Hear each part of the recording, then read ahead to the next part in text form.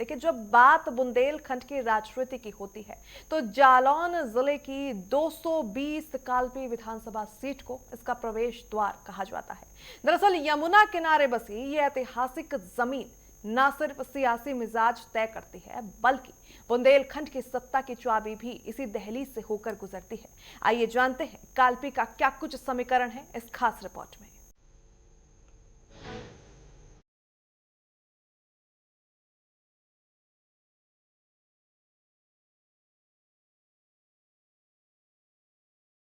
गंगा जमुनी तहजीब, महर्षि वेदव्यास की तपोभूमि, लंका मीनार और 1857 के गदर में रानी लक्ष्मीबाई की वीरता का गवाह रहा कालपी आज विकास और सियासत के नए दोराहे पर खड़ा है। साल 2022 में समाजवादी पार्टी के टिकट पर जीतकर विधानसभा पहुंचे विनोद चतुर्वेदी अब भारतीय जनता पार्टी का दामन थाम चुके हैं। आखिर कालपी का समीकरण क्या, यहाँ के सटीक सामाजिक आंकड़े क्या कहते हैं, बाढ़ और बुनियादी समस्याओं से जूझती जनता का क्या मूड है, इन्हीं सभी सवालों के जवाब के लिए नेटवर्क 10 की टीम कालपी विधानसभा क्षेत्र पहुंची। कालपी, इतिहास और आस्था की पावन धरा। कालप्रिया से शुरू हुआ कालपी का गौरवशाली सफर। महर्षि वेदव्यास की पावन जन्मस्थली है कालपी। 1857 की क्रांति का प्रमुख केंद्र बनी ये माटी। रानी लक्ष्मीबाई की वीर गाथाओं की साक्षी है कालपी। बुंदेलखंड की पावन माटी में बसा कालपी सिर्फ एक सियासी सीट नहीं, बल्कि भारतीय सभ्यता का एक अनमोल पृष्ठ है। प्राचीन काल में काल प्रिया के नाम से जाना जाने वाला ये नगर यमुना नदी के पावन तट पर स्थित है। पौराणिक मान्यताओं के अनुसार महाभारत और पुराणों के रचयिता महर्षि वेदव्यास की जन्मस्थली यही कालपी। इतिहास के जरोखों से देखें तो गुर्जर, प्रतिहार, चंदेल, मुगल, बुंदेला और मराठों का शासन देख चुका ये शहर 1857 के प्रथम स्वतंत्रता संग्राम में क्रांति का प्रमुख केंद्र बना। रानी लक्ष्मीबाई ने अंग्रेजों के खिलाफ लोहा लेते हुए इसी माटी में शरण ली थी। 84 गुंबद, लंका मीनार और पावन यमुना घाट कालपी की ऐतिहासिक और धार्मिक महत्ता की गवाही आज भी दे रहे हैं। अब बात अगर कालपी के चुनावी इतिहास और साल 2022 के जनादेश की करें तो 2022 के विधानसभा चुनाव में कालपी सीट पर बेहद दिलचस्प और त्रिकोणीय मुकाबला देखने को मिला था। 2022 में समाजवादी पार्टी के प्रत्याशी विनोद चतुर्वेदी ने 69,782 वोट हासिल कर जीत दर्ज की थी। उन्होंने अपने निकटतम प्रतिद्वंदी निषाद पार्टी के छोटे सिंह को महज 2,816 वोटों के अंतर से हराया। छोटे सिंह को 66,966 वोट मिले थे। वहीं बहुजन समाज पार्टी के श्यामपाल 64,683 वोटों के साथ तीसरे स्थान पर रहे थे। वोटों का ये मामूली अंतर दर्शाता है कि कालपी में मुकाबला कितना कड़ा रहा है। चलिए ग्राफिक्स के जरिए यहाँ के मतदाता आंकड़े जानते हैं। कालपी विधानसभा मतदाता आंकड़े। कुल मतदाता 3,60,476। पुरुष मतदाता 2,04,67। महिला मतदाता 1,59,999। थर्ड जेंडर मतदाता 10। SIR यानी सामाजिक और जमीनी विश्लेषण की नजर से देखें तो कालपी का चुनावी गणित जातीय संतुलन पर निर्भर करता है। कालपी का सामाजिक ताना बाना ऐसा है कि यहाँ कोई एक जाति अकेले चुनाव नहीं जिता सकती। दलित और मुस्लिम वोट जहाँ बसपा और सपा के कोर आधार रहे, तो वही ब्राह्मण, निषाद और अन्य OBC वोट बैंक में सेंधमारी ही जीत हार तय करती है। आइए बताते हैं कैसे। कालपी विधानसभा मतदाता समीकरण। जाति समुदाय अनुमानित मतदाता संख्या।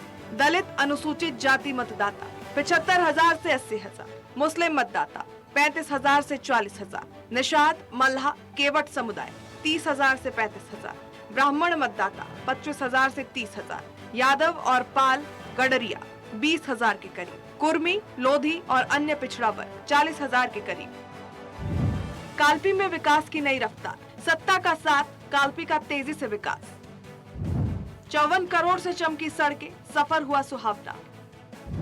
82 लाख से बेहतर हुई क्षेत्र की स्वास्थ्य सेवाएं। धार्मिक पर्यटन को पंख, बदले ऐतिहासिक व्यास सूर्य मंदिर। व्यायाम शालाओं से युवाओं को मिला सेहत का उपहार। साल 2022 में सपा के सिंबल पर चुनाव जीतने वाले विधायक विनोद चतुर्वेदी बाद में भारतीय जनता पार्टी यानी बीजेपी के खेमे में शामिल हो गए। समर्थकों का दावा है कि सत्ता पक्ष के साथ आने से कालपी के विकास को नई रफ्तार मिली। विधायक निधि और शासकीय बजट के जरिए क्षेत्र में तकरीबन 1.5 करोड़ की लागत से प्रवेश द्वारों का निर्माण, 42 लाख की लागत से स्वास्थ्य सुविधाएं, 60 लाख से सोलर लाइटें और 80 लाख से 10 नई व्यायामशालाएं तैयार कराई गई। धार्मिक पर्यटन को बढ़ावा देने के लिए ऐतिहासिक व्यास मंदिर और सूर्य मंदिर तक सड़कों का चौड़ीकरण और जीर्णोद्वार करवाया गया है। जोल्हूपुर से मदारीपुर तक लगभग 54 करोड़ रुपए की लागत से सड़क निर्माण कराकर आवागमन सुगम बनाया गया। विकास के दावों के बीच जमीनी हकीकत का एक काला सच ये भी कि कालपी आज भी अपनी सबसे बड़ी आपदा यानी बाढ़ से मुक्ति नहीं पा सका। हर साल मानसून के दौरान उफनती यमुना नदी कालपी शहर के निचले इलाकों और महेवा, कुटौंट और कदौरा ब्लॉक के करीब 30 गांवों को जलमग्न कर देती। भले ही सुरक्षा के लिए रिटेनिंग वॉल का निर्माण कराया गया है, लेकिन स्थायी समाधान आज भी नदारद है। यहाँ विधायक कौन है? विनोद चतुर्वेदी। विनोद चतुर्वेदी विधायक हैं, 5 साल पूरे होने जा रहे हैं, तो आपके अपेक्षा क्या विकास कार्य किए हैं? 3 सेट रखवाया, इंटरलॉक कराई। अच्छा, व्यवहार कैसा उनका? बढ़िया मुलाकात करते लोगों से? जी क्षेत्र में आते हैं? जी आप संतुष्ट हैं विकास कार्यों को लेके? जी संतुष्ट हैं आप? जी काम कर रहे हैं? जी। विनोद चतुर्वेदी विधायक हैं, लगभग 5 साल पूरे होने जा रहे हैं, आपके अपेक्षा कितना विकास कार्य किया है? यही 3 सेट डलवाया है, ये डलवा कराया है बस। तो काम किया कहीं ना कहीं? हाँ, काम इतना कराया उन्होंने। उनका व्यवहार कैसा है? व्यवहार ठीक है। मुलाकात करते, क्षेत्र में आते कभी? नहीं, अभी तो बहुत दिन से नहीं आए। आंसू बज के जरूर आती रहती है उनकी। अच्छा, लड़के हैं जो। तो वो क्या अब कार्य अच्छा हो जाए आपके क्षेत्र में और गांव में, आप संतुष्ट हो गए? संतुष्ट तो यही है, चक्रूट अखरूट वगैरह हैं जी, कोई सुन ही नहीं रहा इन चीज़ों के लिए कोई भी बंदा। 1-2 बार एसडीएम साहब के भी गए। अब ये देखिए सामने कितनी दिक्कतें डली इसमें जाने के लिए रास्ता में। विनोद चतुर्वेदी विधायक हैं, 5 साल पूरे होने जा रहे हैं, तो क्या विकास कार्य किए हैं?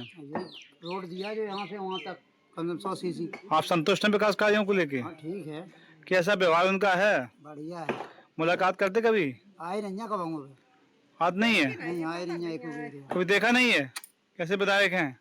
विधायक कैसे है, आए नहीं है एक बेर इधर। न पूरे 5 साल होने जा रहे हैं, आओ तो आप पहचानते भी नहीं है? पहचाना ना सब है। अच्छा, मुलाकात नहीं है। मतलब आपकी विधायक, आपकी अपेक्षाओं में कितने खरे होते हैं अभी तक? विधायक कौन है? हमारे विधायक है विनोद चतुर्वेदी। कितने खरे होते विकास कार्यों को लेके? हमारे समझ में तो वो काफी हर वक्त खड़े रहते हैं। क्या विकास कार्य किए हैं? विकास तो काफी किया है, जहाँ जरूरत समझी वहाँ खड़े हुए हैं। हमारे यहाँ काफी इंटरलॉक, आरसीसी भी डलवाई उन्होंने। कौन सा गांव पड़ता है? हमारा गांव है निजामपुर। तो विधायक कभी इलाके में आते हैं?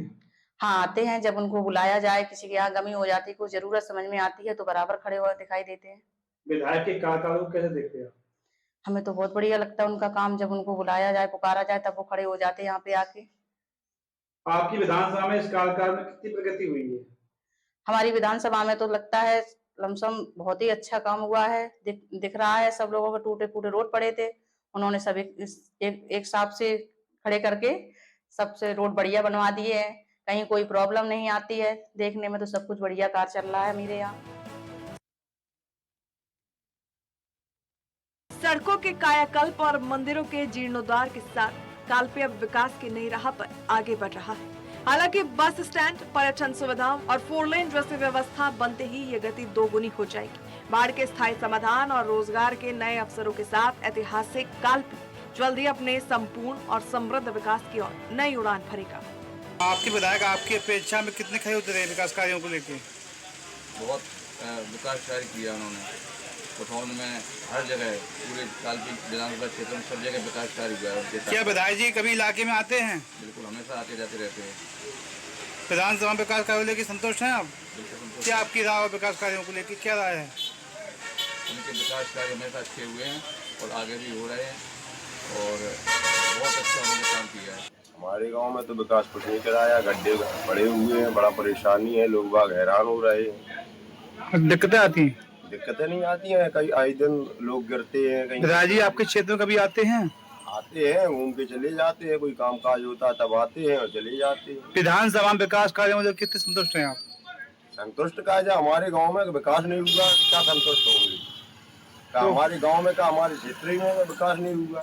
दिक्कतें आती हैं, नहीं दिक्कतें रखी है। हमारे गांव की रास्ता देख लो, कैसी है कैसी नहीं है। बरसात भी आने वाली है, बरसात में तो आदमी निकल ही नहीं पाएगा कोई भी।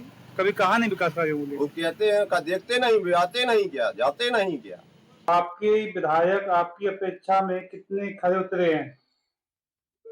थोड़े से खरे उतरे, उनने ज्यादा काम नहीं करा कोने में, कस्बा में 2-3 इंटरलॉक के अलावा बाकी कोई नया काम नहीं करा जैसे है। गांव के आप मुखिया हैं, तो कभी आपने कहा नहीं विकास की कुछ बड़ी पंचायत? हम कहीं इनसे कहीं विधायक जी से, माधवगढ़ विधायक जी से, सांसद जी से कम नहीं करा। विधायक जी कितने बार आपके क्षेत्र में आते हैं?